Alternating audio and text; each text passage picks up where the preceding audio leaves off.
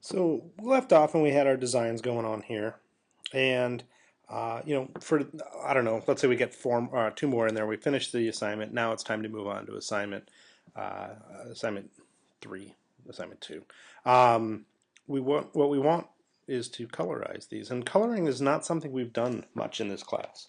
The software. There's tutorials about how to do that in the software, but when it comes down to it, most of us are pretty inexperienced.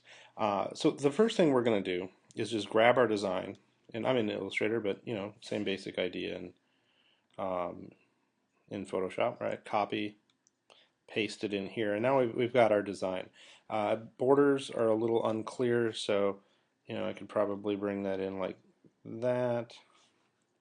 That looks pretty good. I'm then going to object transfer range, send to back.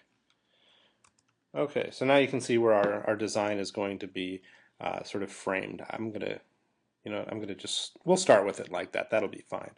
Okay, so then the next thing, and this is where I think a lot of people run into trouble. They have, their RGB settings here, but really HSB is going to be much easier to work with. And the reason for that is you can control your hue. Um, if you want red, you stick it at red, and then you can control how much white you add and how much black you add of that hue, and it just stays put. There's no monkeying around with it. You just put it on the hue you want, and then you go with that. So let's say we're going to do I don't know, I'm a Denver Broncos fan, so let's just do blue and orange, okay? That's a complementary scheme. I'm going to start off, I want to make sure my orange feels pretty good. Sure, right at hue 30. This is technically orange is at hue 30. So I'm going to just start with orange. And I think the first thing I want to do is just drag it over. Now I've got some orange. Okay. Um, this guy here, this shape here, this seems like it could probably be orange as well. Let's maybe work on brightening that up.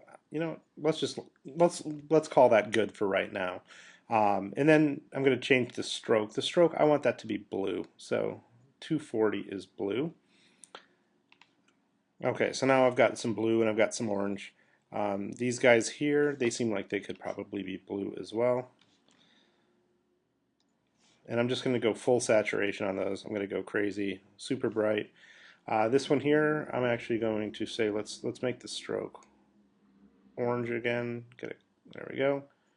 I'm going to make it like a super light orange. Okay, and then this background here seems like it could be hue 240. So, it's not super convenient, oops, to go back in and colorize these, but especially if you're working in Illustrator, they're super easy. We've got value. We talk about how value works in depth, so we're going to do that. Okay, so right now this is a mess, right? It's colored, but it doesn't really make a lot of sense as far as a design goes. So what I'm going to do, like here, I'm going to dull this one down and darken that orange so that it falls away a little bit. Okay, these guys here, maybe I lighten one of them up a bit, and I can already tell you I want to change this.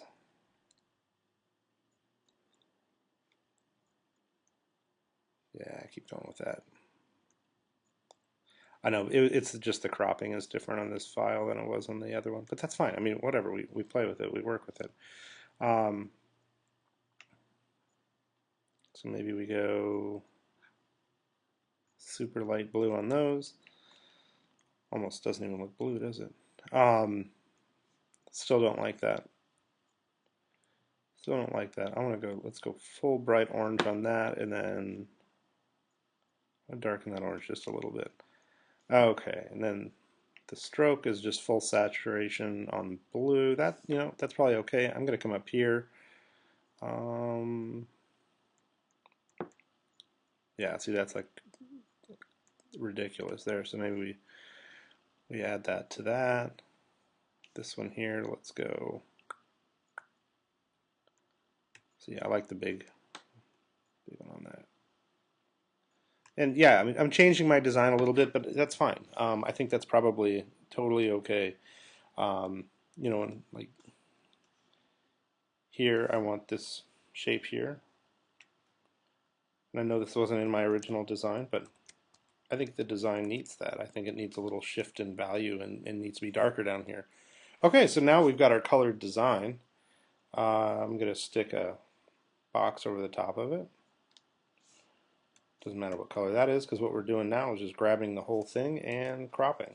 So now we've got our design. It's colored, plays around with asymmetrical balance, repetition, and I think when it comes to depth, it uses depth pretty well. So this is what we're looking for, and I think once you get the first one done, and if you do it with the sort of toolbox or Lego box method that I was talking about, I think this ends up being pretty fun.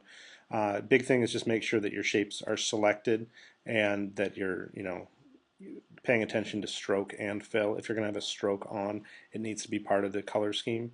And then, yeah, I think that should get you started.